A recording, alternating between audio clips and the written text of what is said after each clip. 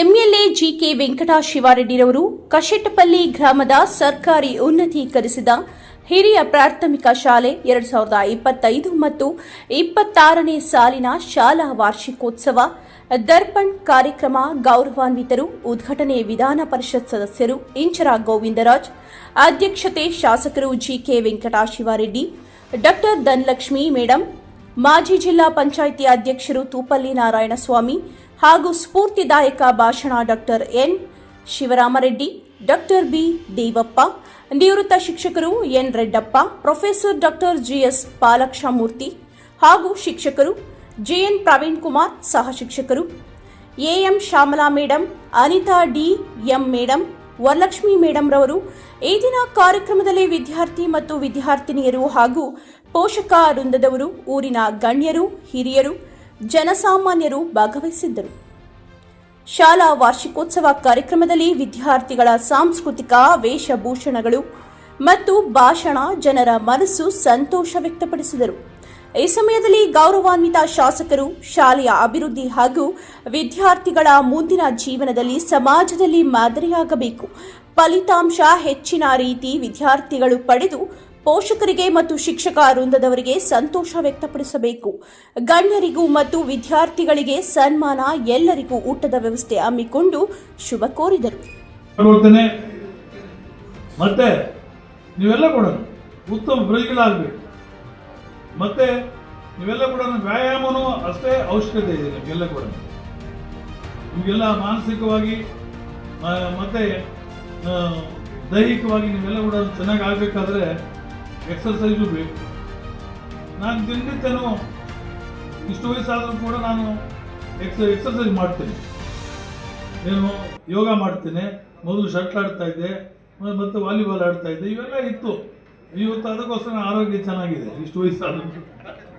ಅದರಿಂದ ನೀವೆಲ್ಲ ಕೂಡ ಉತ್ತಮ, ನಿಮಗೆ ಭವಿಷ್ಯ ಬೇಕು ಮತ್ತು ಉತ್ತಮ ಆರೋಗ್ಯ ಇಟ್ಕೋಬೇಕು ಅಂತಂದರೆ ನೀವೆಲ್ಲ ಕೂಡ ವ್ಯಾಯಾಮ ಬಹಳ ಮುಖ್ಯ ಅಗತ್ಯವಿದೆ. ಇವತ್ತು ಯೋಗಾಭ್ಯಾಸ, ಇವತ್ತು ನಿಮಗೆಲ್ಲ ಬಹುಶಃ ಯೋಗ ಡೇ ಇದೆ. ನನಗೆ ಬಹಳ ಸಂತೋಷ. ಯೋಗ ಡೇ ದಿವಸ ನಾನು ಬಹಳ ಅದಕ್ಕಾಗಿ ಎಲ್ಲ ದೇಶಾದ್ಯಂತ ಯಾವ ರೀತಿ ನಮ್ಮ ಪ್ರಧಾನಮಂತ್ರಿಗಳು ಅದನ್ನು ನಡೆಸ್ತಾರೆ. ಯೋಗ ಇದು ವರ್ಲ್ಡು, ಅದು ಇವತ್ತು ಪ್ರಪಂಚದ ಯೋಗ ದಿನ ಅಲ್ಲ, ನಮ್ಮ ವರ್ಲ್ಡು ಯೋಗ ಡೇ. ಭಾಳ ಸಂತೋಷ ನಿಜವಾಗಲೂ ಕೂಡ. ಅಂಥ ಒಂದು ಕಾರ್ಯಕ್ರಮಗಳನ್ನು ನಾವೆಲ್ಲ ಇಟ್ಕೋಬೇಕು. ನಮ್ಮ ಆರೋಗ್ಯ ಚೆನ್ನಾಗಿದ್ದರೆ ನಾವೆಲ್ಲ ಏನು ಮಾಡೋದಕ್ಕೂ ಸಾಧ್ಯ ಆಗುತ್ತೆ. ಇಲ್ಲಿ ನಾವೆಲ್ಲ ಇವತ್ತು ನನಗೆ 78 ಇಯರ್ಸು, 78 ವರ್ಷ. ಯಾಕೆ ಈ ರೀತಿ ಇದ್ದೇವೆ ಅಂದರೆ ಬೆಳಗ್ಗೆ 5 ಗಂಟೆಗೆ 6 ಗಂಟೆಗೆ ಎದ್ದು ಸ್ವಲ್ಪ ಎಕ್ಸರ್ಸೈಸ್ ಮಾಡಿಕೊಂಡು ಎಲ್ಲ ವ್ಯವಸ್ಥೆ ಚೆನ್ನಾಗಿ ಇಟ್ಕೊಂಡಿದ್ದೇನೆ. ಅದಕ್ಕೆ ಆರೋಗ್ಯ ಇಲ್ಲದಿದ್ದರೆ ಏನೂ ಇಲ್ಲ, ಮನೇಲಿ ಕೂತ್ಕೋಬೇಕು. ಅದರಿಂದ ನೀವೆಲ್ಲ ನಿಮ್ಮ ಬ್ರೈನು ಕೂಡ ಚೆನ್ನಾಗಿ ತಲೆ ಕೆಲಸಕ್ಕೆ ಮಾಡಬೇಕಾದ್ರೆ, ನೀವೆಲ್ಲ ಚೆನ್ನಾಗಿ ಓದಬೇಕಾದ್ರೆ, ನಿಮ್ಮ ಮನಸ್ಥಿತಿ ಚೆನ್ನಾಗಿ ಆಗಬೇಕಾದ್ರೆ ಇರಬೇಕಂತಂದರೆ ನೀವೆಲ್ಲ ಕೂಡ ವ್ಯಾಯಾಮ ಕೂಡ ಎಷ್ಟು ಓದುವುದು ಅಗತ್ಯ ಇದೆಯೋ ಅಷ್ಟೇ ನೀವು ವ್ಯಾಯಾಮಕ್ಕೂ ಸ್ಪೆಷಲ್ ಅಟೆನ್ಷನ್ ಕೊಡಬೇಕಾಗುತ್ತೆ. ಆದ್ದರಿಂದ ನಿಮ್ಮೆಲ್ಲರನ್ನು ಕಳಕಳಿಯಿಂದ ವಿನಂತಿ ಮಾಡಿಕೊಳ್ತೇನೆ. ಬಂದಿದ್ದೀರಿ, ಇವತ್ತು ಲಕ್ಷ್ಮೀಪುರದಿಂದ ಬಂದಿದ್ದೀರಿ, ಮತ್ತು ತಾಡ್ಗೋಳ ಸ್ಕೂಲಿಂದ ಬಂದಿದ್ದೀರಿ, ಅನೇಕ ಶಾಲೆಗಳಿಂದ ತಾವೆಲ್ಲ ಬಂದಿದ್ದೀರಿ. ಭಾಳ ಸಂತೋಷ.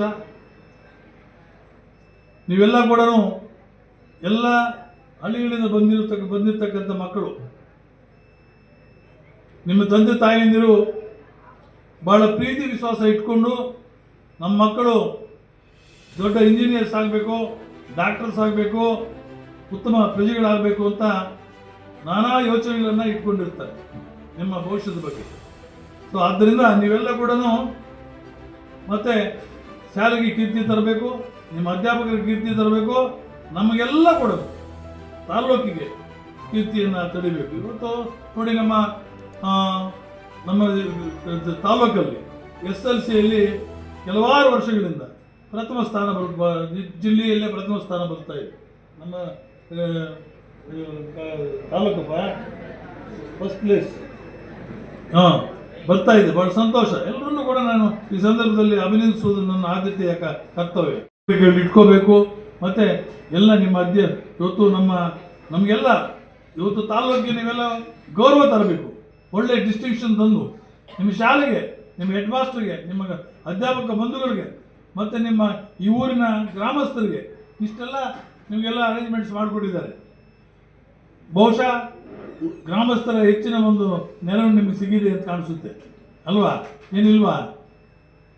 ಏನಪ್ಪ ನೆರವು ಕೊಟ್ಟಿಲ್ವೇನಪ್ಪ? ಇವೆಲ್ಲ ಹೆಚ್ಚಿಲ್ಲದವೆ ಹಾಂ ఏవో ఇచ్చింటారు, లేకపోతే ఇదంతా ఇంత విశ్రమంగా చేసే కేసు ఉందా?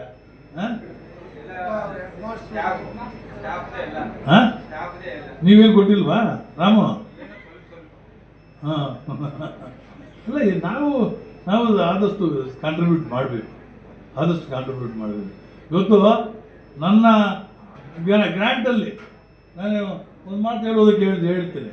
ಸುಮಾರು 7 ಕೋಟಿ ಇವತ್ತು ಇಡೀ ಕ್ಷೇತ್ರಕ್ಕೆ, ನಮ್ಮ ಕ್ಷೇತ್ರದಲ್ಲಿ ಬಂದವರಿಗೆ ಲೆಟರ್ ಕೊಡ್ತಾ ಇರೋದೆ. ಅದು ಏನಾದರೂ ಆಗೋಬೇಡಿ, ಮುಂದಕ್ಕೆ 1 ಕೋಟಿ ರೂಪಾಯಿ ಹೆಚ್ಚಿಗಿದೆ. ಆದ್ದರಿಂದ ಇವತ್ತು ನಿಮ್ಮ ಶಾಲೆಗೂ ಕೂಡ ಏನು ಸಹಾಯ ಬೇಕೋ ಅದೆಲ್ಲ ಕೂಡ ಮಾಡೋಣ. ನಮ್ಮ ಹೆಡ್ ಮಾಸ್ಟರ್ಗೂ, ನಮ್ಮ ಅಧ್ಯಾಪಕ ಬಂಧುಗಳಿಗೆಲ್ಲ ಕೂಡ ನಾನು ವಿನಂತಿ ಮಾಡ್ಕೊಳ್ತೇನೆ. ಮತ್ತು ನೀವು ಸ್ಟಾಫು ಬೇಕು ಅಂತ ಸ್ವಲ್ಪ ಹೇಳಿದ್ದೀರಿ, ಅದನ್ನು ಕೂಡ ಇವಾಗಲೇ BO DDP ಯಾರಿಗೂ ಹೇಳಿ ಇಮಿಡಿಯೇಟಾಗಿ ಅದನ್ನು ಏರ್ಪಾಡು ಮಾಡೋದಕ್ಕೆ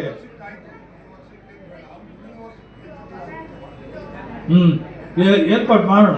ಅದಕ್ಕೆ ತಿಳಿಸ್ತೇನೆ, ಇವಾಗ ತಿಳಿಸ್ತೇನೆ. ಮುಂದಿನ ವರ್ಷಕ್ಕೆ, ನೆಕ್ಸ್ಟ್ ಅಕಾಡೆಮಿಕ್ ಇಯರ್ಗೆ ವ್ಯವಸ್ಥೆ ಮಾಡ್ತೀವಿ. ಸೊ ಅದರಿಂದ ನೀವೆಲ್ಲ ಕೂಡ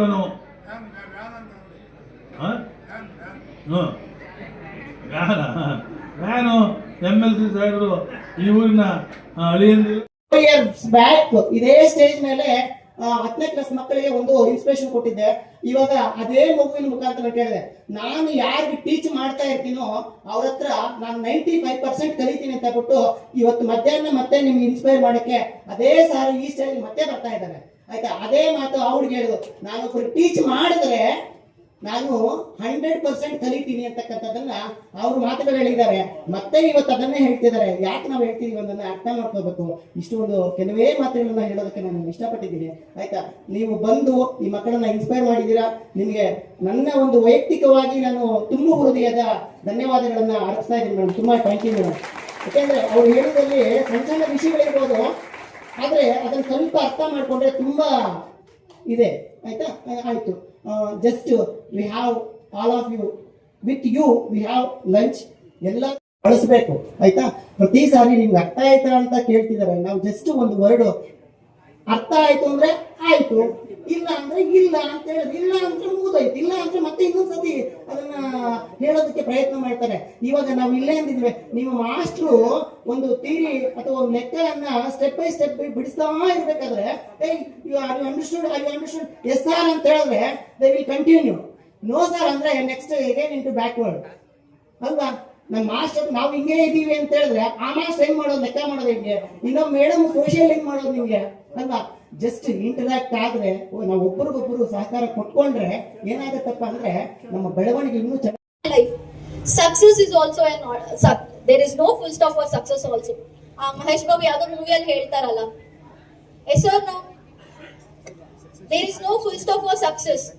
There is no full stop for hard work. There is no full stop for learning. We should be a lifelong learners. ಅರ್ಥ ಆಯ್ತಾ? ಜೀವನ ಪೂರ್ತಿ ಕಷ್ಟ ಪಡ್ತಾನೆ ಇರ್ಬೇಕು. 10th ಆದ್ಮೇಲೆ ಎಂಡ್ ಆಗುತ್ತೆ, 12th ಆದ್ಮೇಲೆ ಎಂಡ್ ಆಗುತ್ತೆ ಅಂತಾರೆ, ಬಟ್ ಯಾವ್ದು ಎಂಡ್ ಆಗಲ್ಲ. ನಿಮ್ ಕಷ್ಟನೇ ಇಂಪ್ರೂವ್ ಆಗುತ್ತೆ, ಇನ್ನ ರೆಸ್ಪಾನ್ಸಿಬಿಲಿಟೀಸ್ ಇಂಪ್ರೂವ್ ಆಗುತ್ತೆ. ಬಟ್ ನಿಮ್ಮನ್ನ what force that drives you forward, ನಿಮ್ಮನ್ನ ಯಾವ ಫೋರ್ಸ್ ಮುಂದೆ ತಗೊಂಡು ಹೋಗುತ್ತೆ ಅಂತಂದ್ರೆ ನಿಮ್ ತಂದೆ ತಾಯಿ ಅವ್ರನ್ನ ಚೆನ್ನಾಗಿ ನೋಡ್ಕೋಬೇಕಂತ. ಅರ್ಥ ಆಯ್ತಾ? ಒಳ್ಳೆ ಮನುಷ್ಯ ಆಗ್ಬೇಕಂತ. ಇವೆರಡು ಮೈಂಡ್ ಅಲ್ಲಿ ಇದ್ರೆ ಎಷ್ಟೇ ಡಿಸ್ಟ್ರಾಕ್ಷನ್ ಬಂದ್ರು, ಸೀರಿಯಸ್ಲಿ ಹೇಳ್ತಿದ್ದೀನಿ, you will focus on what you are on. ಅರ್ಥ ಆಯ್ತಾ? ಎಲ್ಲರಿಗೂ ಗೋಲ್ ಇದೆಯಾ? ಯಾರು ಗೋಲ್ ಇಲ್ಲ? ಯಾರು ಗೋಲ್ ಇಲ್ಲ ಇದ್ರಲ್ಲಿ ಮಾಡೋದ್ ಹೇಳ್ತಿಲ್ಲ. Be yourself, define yourself. ಇವತ್ತೆಲ್ಲರಿಗೂ ಗೊತ್ತು ಧನಲಕ್ಷ್ಮಿ ಅಂದ್ರೆ ನಾನು, ಓಕೆ, ಇಟ್ಸ್ ಮೀ. ಸೊ ನೀವಂದ್ರೆ ಏನು? ನಿಮ್ ಹೆಸರು ಎಲ್ಲರಿಗೂ ಗೊತ್ತಾಗ್ಬೇಕಲ್ಲ. ಅಟ್ಲೀಸ್ಟ್ ನಿಮ್ ಹೆಸರು ನಿಮ್ ಊರವ್ರಿಗೆ, ನಿಮ್ ತಾಲೂಕವ್ರಿಗೆ ಗೊತ್ತಾಗ್ಬೇಕಲ್ಲ. We should make something difference in people's life ಅಲ್ಲ. Yes or no? Yes or no? ಎಲ್ಲರಿಗೂ ಇಂಟ್ರೆಸ್ಟ್ ಹೋಯ್ತು ಅಂತ ಅರ್ಥ ಆಯ್ತು. ಎಲ್ಲರಿಗೂ ಇಂಟ್ರೆಸ್ಟ್ ಹೋಯ್ದಾಗ ಆಗ್ತಾ ಇದೆ ಇಲ್ವಾ? ಸೊ ಫಸ್ಟ್ ಥಿಂಗ್, ಇನ್ನೊಂದು ಎಕ್ಸಾಮ್ ಅಲ್ಲಿ ಚೆನ್ನಾಗಿ ಮಾರ್ಕ್ಸ್ ಬರ್ಬೇಕಂದ್ರೆ ಫಸ್ಟ್ ಕಾಪಿ ಹಿಂಗ್ ಬಿಡ್ಬೇಕು. ನಾನು ಹೆವಿ ಕಾಪಿ ಮಾಡ್ತಿದ್ದೆ ನನ್ನ 6th ಸ್ಟ್ಯಾಂಡರ್ಡ್ ವರ್ಗು. ನಾನು ಯಾವಾಗ ಕಾಪಿ ಹಿಂಗ್ ಬಿಟ್ನೋ ಆವಾಗ ನನ್ನ ಮಾರ್ಕ್ಸ್ ಇನ್ಕ್ರೀಸ್ ಆಗೋದು ಸ್ಟಾರ್ಟ್ ಆಯ್ತು. ಅರ್ಥ ಆಯ್ತಾ?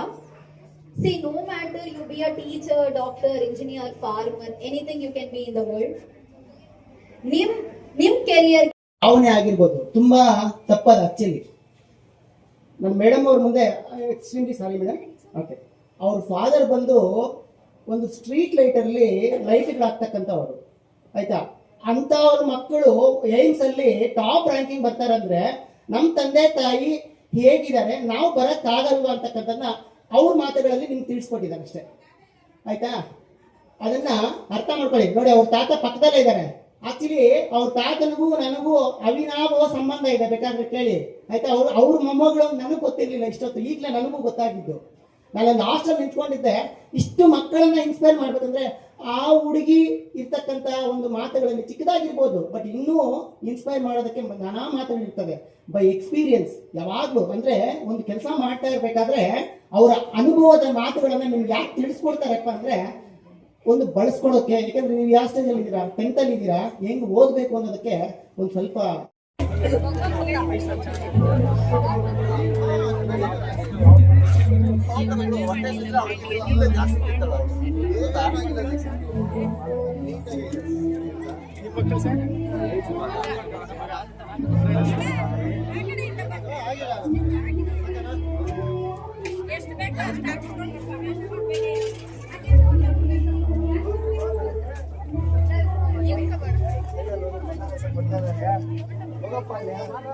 ಇವಾಗ ಅನ್ನರಸ ಕೊಡ್ತಾ ಇದ್ದಾರೆ.